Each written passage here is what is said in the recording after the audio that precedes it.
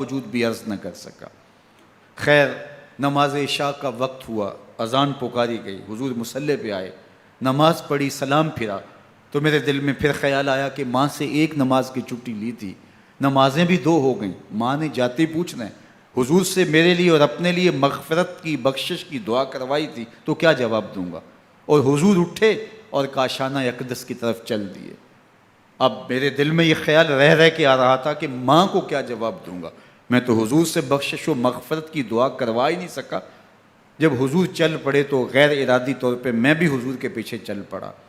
چلنے میں تھوڑی سی رفتار تیز ہو گئی جس سے قدموں کی آہٹ پیدا ہوئی، تو جب آواز پیدا ہوئی تو حضور نے رخ پھیرے بغیر فرمایا من ھذا، میرے پیچھے پیچھے کون آ رہا ہے؟ پھر خود ہی کہا حذیفہ تو نہیں؟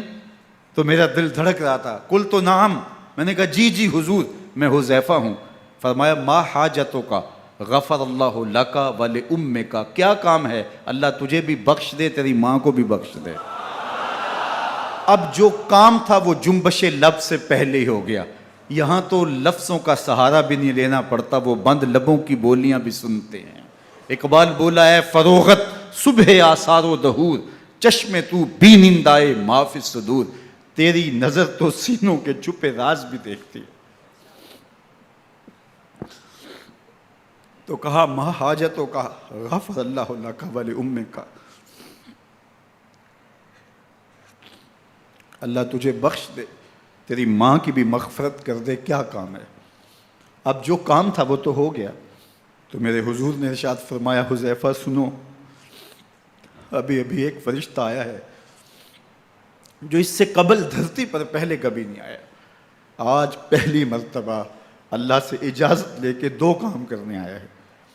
ایک تو مجھے سلام کرنے آیا ہے اور دوسرا خوشخبری دینے آیا ہے کہ آپ کی بیٹی فاطمہ جنتی عورتوں کی سردار ہے اور حسن اور حسین جنتی جوانوں کے سردار۔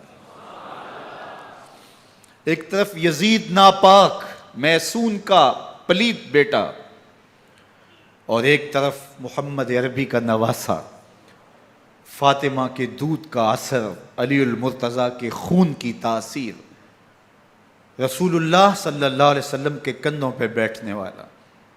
ایک دن حضور نے امام حسین رضی اللہ تعالیٰ عنہ کے ہاتھ پکڑ لیے اور ان کے پاؤں اپنے پاؤں پہ رکھے اور پھر فرمایا بیٹے آگے بڑھو، اور ان کے پاؤں حضور کی پنڈلیوں پہ آئے۔ پھر کہا بیٹے اور آگے بڑھو، حتیٰ کہ ان کے پاؤں حضور کی رانوں پہ آئے۔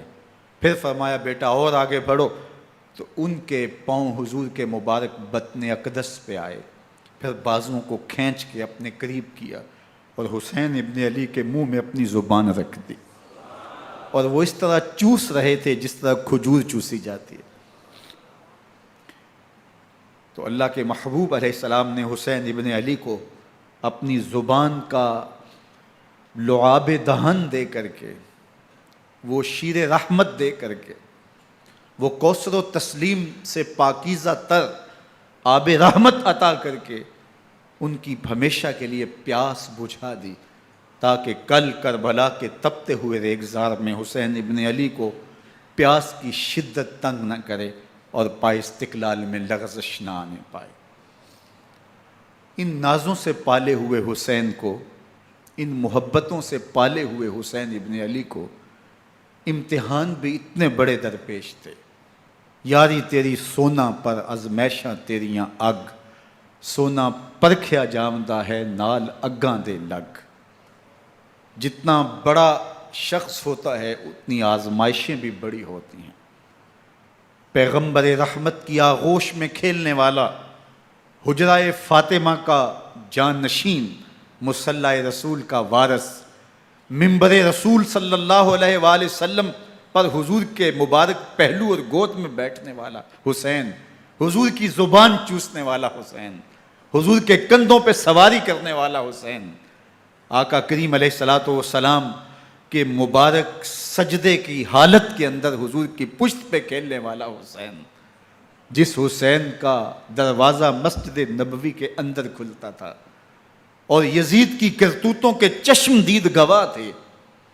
یزید جب تخت نشین ہوتا ہے تو اسے یہ فکر ہوتی ہے کہ امام حسین، عبداللہ بن زبیر، عبداللہ بن عمر، عبداللہ ابن عباس یہ میری بیعت کریں. اور وہ ولید بن عقبہ کو لکھتا ہے کہ ہر صورت میں ان کی بیعت لو، اور اگر بیعت نہ دیں تو سختی کرو. حضرت امام حسین رضی اللہ تعالی عنہ کو بلاوا آتا ہے کہ آپ کو دارالامارت میں گورنر ہاؤس میں بلایا جا رہا ہے. ولید بن عقبہ کا پیغام آپ کو پہنچتا ہے. آپ اس وقت فرماتے ہیں کہ اس وقت جو پیغام پہنچا ہے وہ کسی خطرے سے خالی نہیں ہے. تو کچھ سواروں کو ساتھ لیا، کہا تم دارالامارت کے باہر کھڑے رہنا، اگر میری آواز بلند ہوئی تو اندر آ جانا، ورنہ تم انتظار کرنا. آپ اندر گئے. ولید بن عقبہ نے مروان کو بھی بلایا تھا. مروان بن حکم یہ گورنر مدینہ ولید سے پہلے رہ چکا ہے، تو اس نے مشورہ دیا کہ سختی کی جائے. خیر ولید بن عقبہ نے کہا کہ یہ خط ہے، حضرت امیر معاویہ کا انتقال ہو گیا اور یزید تخت نشین ہوا ہے، لہٰذا وہ آپ سے بیعت کا مطالبہ کرتا ہے. تو حضرت امام حسین رضی اللہ تعالیٰ عنہ نے فرمایا کہ میرے جیسا شخص یوں چھپ کے بیعت نہیں کر سکتا. اور آپ واپس پلٹے. مروان بن حکم نے ولید بن عقبہ کو کہا کہ یہ موقع ہے جانے نہ دیا جائے، اگر یہ نکل گئے تو دوبارہ تم قابو نہیں پا سکو گے، اور انہیں یہیں قتل کر دیا جائے. حضرت امام حسین رضی اللہ تعالیٰ عنہ نے یہ بات سن لی. کہتے ہیں حضرت امام حسین انہی قدموں کے بل واپس پلٹے اور مروان بن حکم سے مخاطب ہو کے کہا، مروان کیا بول رہا ہے؟ وہ خاموش ہو گیا. فرمایا تو جانتا نہیں ہم کون ہیں؟ آنا حسین ابن علی ابن ابی طالب، میں حسین ہوں، میں علی کا بیٹا ہوں. ہمارے گھر میں قرآن اترتا رہا ہے، وحی کا نزول ہوتا رہا ہے، اور یزید فاسق ہے، فاجر ہے، مسلمانوں کا قاتل ہے اور شرابی ہے. میں ڈنکے کی چوٹ پہ یزید کی بیعت سے انکار کرتا ہوں. بس حیدری کچھار سے محمدی شیر نکل آیا ہے. اب اوسان خطا ہو گئے، راستہ چھوڑ دیا، واپس آئے. سیدہ زینب سے ملے. کہا مدینے کو چھوڑنا پڑے گا. کہا بھیا کیا ہوا؟ کہا یزید بیعت لینے پہ مصر ہے اور میں کسی صورت بھی بیعت نہیں کروں گا. رسول اللہ کا مدینہ ہمارے خون سے لالا زار بنے گا. میں نہیں چاہتا کہ حضور کے شہر نور کی حرمت پامال ہو. دوستو وہ کیسا منظر ہوگا جب حسین ابن علی نے آخری حاضری حضور کے روضے پہ دی ہوگی. حاجی یا معتمر 10 دن کے لیے، 8 دن کے لیے، 20 دن کے لیے مدینہ المنورہ عارضی سکونت اختیار کرتا ہے، اور حضور کے روضہ انور سے، اس شہر نور سے، ان گلیوں سے، ان بام و در سے ایسا مانوس ہو جاتا ہے کہ جب واپس پلٹ رہا ہوتا ہے ان دعاؤں کے ساتھ کہ دوبارہ آنا بھی نصیب ہو، اور اسے لگتا ہے کہ میں دوبارہ بھی بلایا جاؤں گا، لیکن اس کے باوجود شہر حبیب چھوڑنا قیامت سے کم نہیں ہوتا. اعظم چشتی مرحوم آخری بار جب حضور کے روضہ انور پہ گئے تو بیمار تھے، ویل چیئر پہ تھے.